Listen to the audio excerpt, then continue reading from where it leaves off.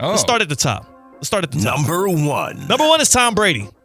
And I don't think I feel like I need to say anything else, right? He's got the Super Bowl titles. He's dominated these past 25 years, and he's still not done. Now he's an owner. Like, he still will not get his pulse off of the league. The guy will not relent. In fact, I bet you if you ask Mike Tomlin today, you strapped him up to a lie detector, you say, who would you rather be your quarterback this year, Aaron Rodgers or Tom Brady?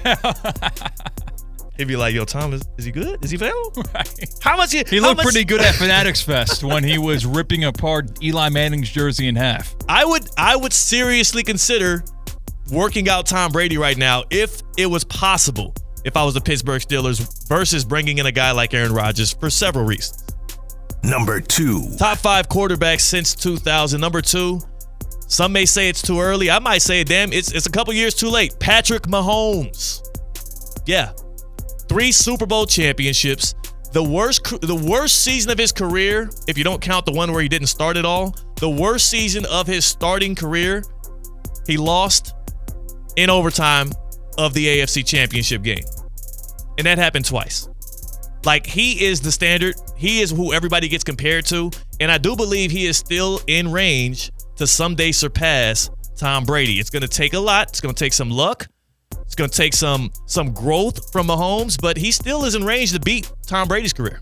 Yeah, and I don't think he has to match Tom Brady in Super Bowl championships in order to surpass him as the greatest quarterback of all time. No. How close do you think he has to get to, though? Brady has 7. He's got 3. Mahomes will have to get 6. He would have to get 6. I think 5 championships and being hand-shouldered. No, I think 5's fine. I think 6. The reason why I would say 6 is because he also has, and though it's not necessarily fair to him, but still, life ain't fair. He has 2 playoff losses to Brady. One was a blowout in the Super Bowl. The other one was really all because of an offsides call in the AFC Championship game, and it was in Mahomes' first year of starting. And there was nothing he could do about that. And it's not like he was going against prime Brady either. Well, Brady was really good those years. He was.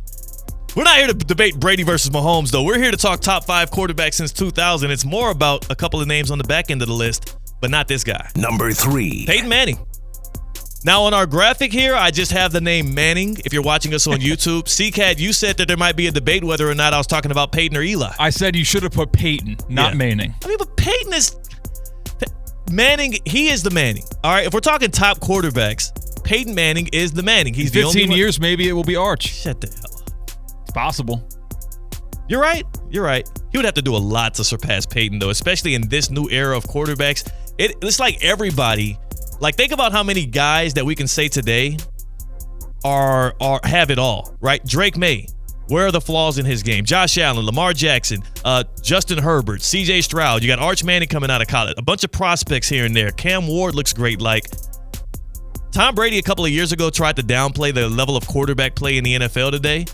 I believe this next generation, these next 10 to 15 years, with the amount of coaching and training that they go through, with the amount of football they play, we're probably just on the precipice of the greatest quarterback era in the history of the league. And Peyton Manning probably would have more titles if he didn't have to play against the greatest quarterback in the history of the league as well. He's number 3 top quarterbacks since 2000. Number 4. Number 4 on this Top 5 Tuesday, I am not going Aaron Rodgers, people. He's not there. You want to know why? Yes. Because I ain't forget about Drew Brees. I ain't forget about Drew Brees being given up on when he was 26 years old, still scratching the surface of entering his prime when the Chargers thought he didn't have anything left. And then when the New Orleans Saints, not the Dolphins, sorry Dolphins fans, they bet on black. They said, we're bringing Brees down here, and he became the savior of that franchise. He is a leader. He is a winner. He has just the same amount of Super Bowl appearances and championships as Aaron Rodgers, and he got absolutely robbed in that NFC Championship game in the Superdome against the Rams. He probably should have another Super Bowl title. That will go down as the single greatest robbery in the history of the NFL.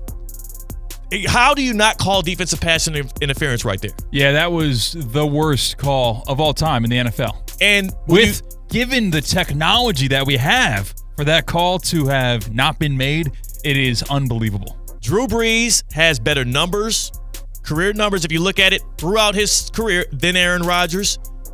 he is heralded as a really good player for both of the franchises he's played with. And also, C-Cat, I'll say this. All these other dudes I'm naming, they played all through their careers with Hall of Famers. Name the Hall of Fame players Drew Brees played with. Try. Darren Sharper. No. Will Smith. There's 2 players that Brees played with in his career that are in the Pro Football Hall of Fame that have been enshrined in Canton. Both of them were with the Chargers. LaDainian Tomlinson, Junior Seau. His prime, he played without Hall of Fame talent on his roster. And he succeeded at a level that surpasses what Aaron Rodgers has done, given the talent that surrounded him in Green Bay and even with the New York Jets. And so here we go. Top 5 quarterbacks since 2000. I make my way all the way to 5 is Brady, Mahomes, Manning, Brees. Number 5. Aaron Rodgers made the cut. Just slightly. Just slightly, Aaron Rodgers makes the cut. And I do say he can contend with Brees. He can move up if he can win a playoff game in a Steelers uniform. It will be quite impressive. It will be a successful campaign. But I do believe he does not have enough juice left. There's a reason. There's a reason why not only did Aaron Glenn look that man in his eye across the table and say, we're good, but also the Vikings, who have a plethora of talent when it comes to receiving weapons, who have a genius offensive-minded head coach in Kevin O'Connell, and a very sharp GM, an extremely sharp GM. They said, we're good as well. Take your talents out there to Pittsburgh, Pennsylvania. Keep your Tuesday hits with Pat McAfee going. It'll be fun. We'll be watching as well. Good luck to you, but you're not completing a little Brett Favre gauntlet on your way out the door. We ain't having that. We got J.J. McCarthy. Rodgers had a chance to surpass Brees with a successful experiment in New York. If Aaron Rodgers, I know the injury sucked. I know. It's out of his control. That comes with the terms of getting older.